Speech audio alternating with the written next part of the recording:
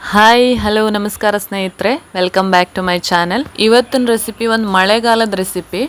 ಅದೆಂತ ಅಂದ್ರೆ ಕೆಸುಂದಂಟು ಹಾಗೆ ಶೆಟ್ಲಿ ಹಾಕಿ ಮಾಡುವಂಥ ಸಾರು. ಬರೀ ಸಾರಲ್ಲ, ನಮ್ಮ ಬದಿಗೆಲ್ಲ ಹೇಳೋದು ಇದಕ್ಕೆ ಬೆರ್ಕೆ ಸಾರು ಅಂದೇಳಿ. ಮಳೆಗಾಲ ಶುರು ಆಗ್ತಿದ್ದಂಗೆ ಈ ಹಳ್ಳಿ ಬದಿ ತೋಟದಲ್ಲೆಲ್ಲ ಕೆಸುನ್ ಗಿಡದ್ದೇ ಹಾವಳಿ. ಅದರಲ್ಲೂ ಒಂದು 3-4 ಬೇರೆ ಬೇರೆ ಜಾತಿ ಕೆಸು ಇರ್ತದೆ. ಇಲ್ಲಿ ನೋಡಿ ಆಯಿ ಕಟ್ ಮಾಡ್ತಿರೋದು ಕೆಸು ದಂಟು ಮತ್ತು ಈ ಸೊಪ್ಪು ಎರಡೂ ನಾವು ಉಪಯೋಗಿಸ್ಬೋದು. ಈ ದಂಟು ಉಪಯೋಗಿಸ್ಕೊಂಡು ನಾವು ಕಡಲೆ ಎಲ್ಲ ಹಾಕ್ಕೊಂಡು ನಾನ್ ವೆಜ್ ಹಾಕ್ತೇನೆ ಸಾರು ಮಾಡೋಕ್ಕೂ ಬರ್ತದೆ. ಹಾಗೆ ಈ ಕೆಸುನ ಸೊಪ್ಪಿಂದ ಕರ್ಕಲಿ ಇಂಥದ್ದೆಲ್ಲ ಮಾಡ್ಬೋದು. ಈ ಕೆಸು ಸಾರು ಮತ್ತು ಕರ್ಕಲಿ ಇಂಥದಕ್ಕೆಲ್ಲ ಉಪಯೋಗಿಸುವಂಥ ಕೆಸು. ಹಾಗೆ ಫ್ರೆಂಡ್ಸ್, ಈ ಕೆಸು ಸ್ವಲ್ಪನೂ ಬಾಯಿ ತುರ್ಸೋದಿಲ್ಲ. ನೋಡಿ, ಇಷ್ಟು ಕೆಸು ನಾವು ಕಟ್ ಮಾಡ್ಕೊಂಡು ಇದನ್ನು ತಗೊಂಡು ಹೋಗಿ ಸ್ವಲ್ಪ ಇದು ಮೇಲ್ಗಡೆ ಇರೋ ತಿರಿ ಎಲ್ಲ ತೆಗಿಬೇಕು. ತೆಗೆದು ಸಣ್ಣಕ್ಕೆ ಹೆಚ್ಕೊಳ್ಬೇಕಾಗ್ತದೆ. ತೋರಿಸ್ತೆ ನಿಮಗೆ ಯಾವ ಥರ ತಿರಿ ತೆಗೆದು. ನೋಡಿ, ಈ ಥರ ಅದನ್ನ ಸೈಡಿಂದ ಸಿಪ್ಪೆ ಬರ್ತದೆ, ಅದನ್ನೆಲ್ಲ ತೆಗೆದು ಸಣ್ಣದಾಗಿ ಹೆಚ್ಕೊಂಡು ಸ್ವಲ್ಪ ಬೇಯಿಸ್ಕೊಳ್ಬೇಕಾಗ್ತದೆ. ಫಸ್ಟು ಕೆಸು ಬೇಯಿಸಿ ಅಂದರೆ ಅದು ಪೂರ್ತಿ ಕರಗುವವರೆಗೆ ಬೇಯಿಸ್ಬೇಕು. ಆವಾಗ ಅದ್ರ ಟೇಸ್ಟು ಸೂಪರ್ ಆಗಿರ್ತದೆ. ಈ ಕೆಸು ಉಪಯೋಗಿಸ್ಕೊಂಡು ಪದಾರ್ಥ ಎಲ್ಲ ಮಾಡೋದು ಸ್ವಲ್ಪ ಜಾಸ್ತಿ ಕೆಲಸ ಆಗ್ತದೆ. ಇದೊಂದು ಒಂದೊಂದಾಗಿ ಇದ್ರ ತಿರಿ ತೆಗ್ದು ಆಮೇಲೆ ಸಣ್ಣಕ್ಕೆ ಹೆಚ್ಚಿ ಈ ಥರ ಮಾಡೋಕ್ಕೆ ಸ್ವಲ್ಪ ಒಂದು ಅರ್ಧ ಗಂಟೆ ಅಂತೂ ಬೇಕಾಗ್ತದೆ. ಸ್ವಲ್ಪ ಜಾಸ್ತಿ ತಗೊಂಡ್ರು ಇದು ಕಡಿಮೆ ಆಗ್ತದೆ ಕರ್ಗಿ.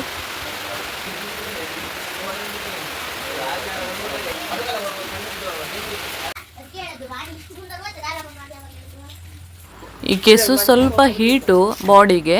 ಮಳೆಗಾಲದಲ್ಲಿ ಅಡ್ಡಿಲ್ಲ, ಮಳೆ ಜೋರು ಬರಬೇಕಾದ್ರೆಲ್ಲ ಈ ಕೆಸುನ ಸಾರು ಮಾಡ್ಕೊಂಡು ತಿಂದರೆ ಬಾಡಿನೂ ಸ್ವಲ್ಪ ಹೀಟಾಗಿ ಆರಾಮಿರ್ತದೆ. ಥಂಡಿ ಇಂಥದಕ್ಕೆಲ್ಲ ಚಲೋ ಇದು. ನಾವಿಲ್ಲಿ ಕೆಸುವಿನ ದಂಟಿನೊಟ್ಟಿಗೆ ಸ್ವಲ್ಪ ಸೊಪ್ಪನ್ನು ಈ ರೀತಿ ಸಣ್ಣಕ್ಕೆ ಹೆಚ್ಕೊಂಡು ಹಾಕ್ತಾವ್ರೆ. ನಮ್ಮ ಹಳ್ಳಿ ಬದಿಗೆಲ್ಲ ಮೊದಲಿಂದನೂ ಹಿಂಗೆ ಫ್ರೆಂಡ್ಸ್. ಅಂದರೆ ಮಳೆಗಾಲದಲ್ಲಿ ಯಾವುದೆಲ್ಲ ತರಕಾರಿ ಇದು ತಾನಾಗೆ ಆಗ್ತದೆ ನೋಡಿ ತೋಟದಲ್ಲಿ, ಅಂಥದ್ದೇ ಜಾಸ್ತಿ ಉಪಯೋಗಿಸೋದು. ಬೇಸಿಗೆಲಿ ಆಗುವಂಥ ಪದಾರ್ಥ ಇದೇ ಥರ ಉಪಯೋಗಿಸ್ಕೊಂಡೆ ಮೊದಲಿನವರೆಲ್ಲ ಅಡುಗೆ ಮಾಡ್ತಿದ್ದದ್ದು. ಆಯಿ ಕೆಸು ಹೆಚ್ಚಾದ್ಮೇಲೆ ನಾನು ಮತ್ತು ಆಯಿ ಸೇರಿ ಈ ಶೆಟ್ಲಿ ಒಂದು ಸ್ವಲ್ಪ ಕ್ಲೀನ್ ಮಾಡ್ಕೊಳ್ವ ಹೇಳಿ ಕೂತ್ಕೊಂಡಾರೆ.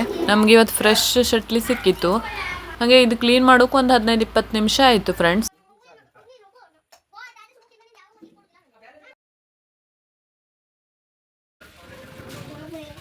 ಬ್ಯಾಡಗಿ ಮೆಣಸು, ಸ್ವಲ್ಪ ಜಾಸ್ತಿ ಬೆಳ್ಳುಳ್ಳಿ, ಕಡಿಗೆ ಚಕ್ಕೆ, ಜೀರಿಗೆ,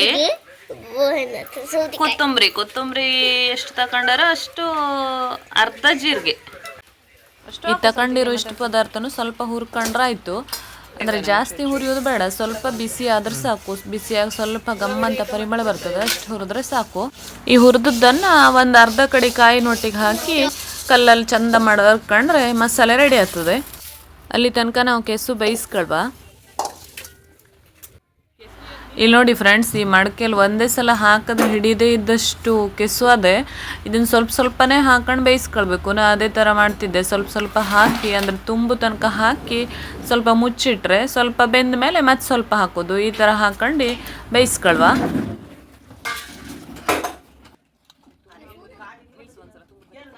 ನಾನಿಲ್ಲಿ ಮಸಾಲೆ ರುಬ್ಬಕ್ಕೆ ಸ್ವಲ್ಪ ಅರಿಶಿನ ಪುಡಿನೂ ಹಾಕಿದ್ದೆ ಫ್ರೆಂಡ್ಸ್, ಅವಾಗ ಹೇಳೋದು ಮರ್ತೋಯ್ತು. ಇದು ಚಪ್ರ ಅಂದ್ರೆ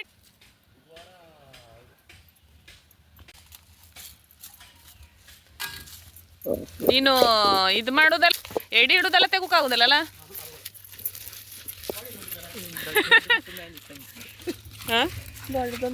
ಇಲ್ಲ, ಇದು ಮಸಾಲೆ ಅರ್ಧಾಗೋ ತನಕ ನಾವು ಅಲ್ಲಿ ಒಲೆ ಮೇಲೆ ಏನಾಯ್ತು ಅಂತ ಸ್ವಲ್ಪ ನೋಡ್ತಾ ಕೂತ್ಕೊಳ್ವ. ಈಗ ಸ್ವಲ್ಪ ಕೆಸು ಬೆಂದು ಒಂಚೂರು ಕೆಳಗೆ ಹೋಗದೆ ಒಂದು ಈರುಳ್ಳಿ, ಒಂದು ಟೊಮೆಟೊ ಈ ಥರ ಹೆಚ್ಚಿ ಹಾಕ್ಕೊಂಡಿದೆ. ಈಗ ನೋಡಿ, ಮತ್ತು ಸ್ವಲ್ಪ ಕೆಸು ಇದರಲ್ಲಿ ಹಾಕ್ತೆ, ಮತ್ತು ಸ್ವಲ್ಪ ಹಾಕಿ ಮುಚ್ಚಿಡುವ.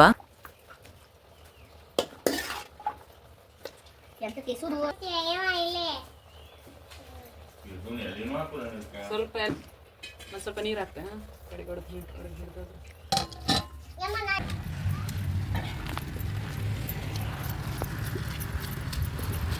ನೋಡಿ ಫ್ರೆಂಡ್ಸ್, ಇಲ್ಲಿ ಮತ್ತೊಂದು ಥರ ಕೆಸು. ಈ ಕೆಸುದು ನಾವು ದಂಟು ಸೊಪ್ಪು ಎಲ್ಲ ಯೂಸ್ ಮಾಡೋದಿಲ್ಲ. ಇದ್ರದ್ದು ಗಡ್ಡೆ ತಿನ್ನೋಕೆ ಯೂಸ್ ಮಾಡ್ತರು.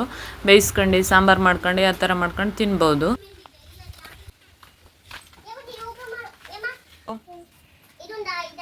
ಈಗ ಕೆಸು ಒಂದು ಅರ್ಧ ಭಾಗ ಅಂದರೆ ಕೆಳಗಡೆದೆಲ್ಲ ಬೆಂದದೆ.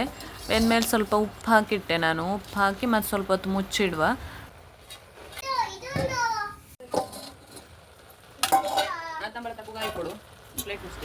ನೋಡಿ, ಒಂದು 10 ನಿಮಿಷದಲ್ಲಿ ನಮ್ಮ ಆಯ್ದ ಮಸಾಲೆ ಅರ್ಧ ರೆಡಿ ಆಯಿತು.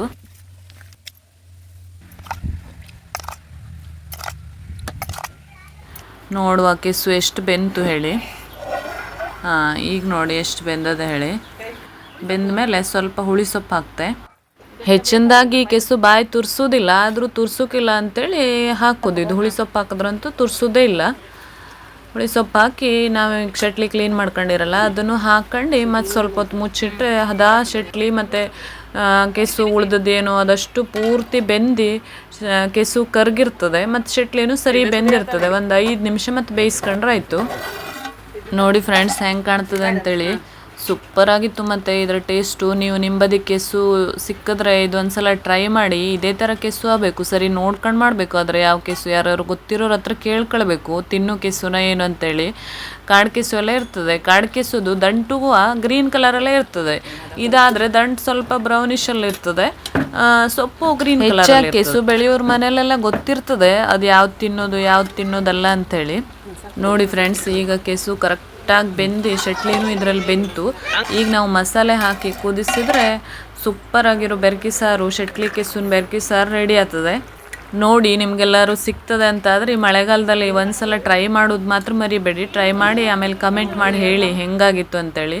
ಇದೆಲ್ಲ ಒಂಥರ ಸ್ಪೆಷಲ್ ರೆಸಿಪಿ, ಅಂದರೆ ಸೀಸನಲ್ಲಿ ಮಾತ್ರ ಆಗುವಂಥದ್ದು. ಸೀಸನಲ್ಲಿ ಆದಾಗ ಮಾಡ್ಕೊಂಡು ತಿಂದು ಬಿಡಬೇಕು. ನಮ್ಮ ಹಳ್ಳಿ ಬದಿಗೆಲ್ಲ ಇದು ಮಳೆಗಾಲದಲ್ಲಿ ಒಂದು ಕಂಪಲ್ಸರಿ ರೆಸಿಪಿ ಅಂತ ಹೇಳ್ಬೋದು.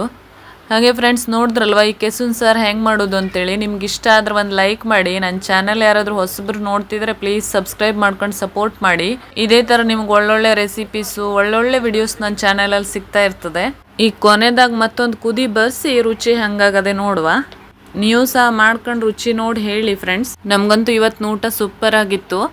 ಓಕೆ ಫ್ರೆಂಡ್ಸ್, ನೆಕ್ಸ್ಟ್ ವಿಡಿಯೋದಲ್ಲಿ ಮತ್ತೆ ಸಿಗುವ. ಅಲ್ಲಿ ತನಕ ಟೇಕ್ ಕೇರ್, ಬಾಯ್.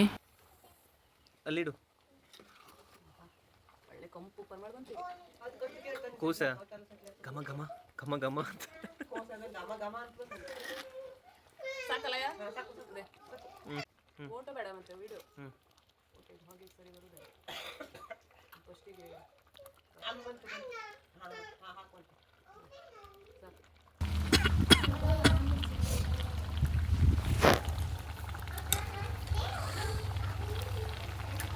ta hàng bay là không biết chuyện.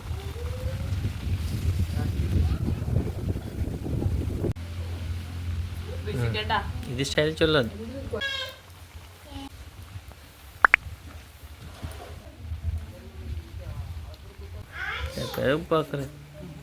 ಸರಿ, ಇದು ತೋರಿಸು ಒಂದ್ಸಲ ನೀನು ಇದ್ರ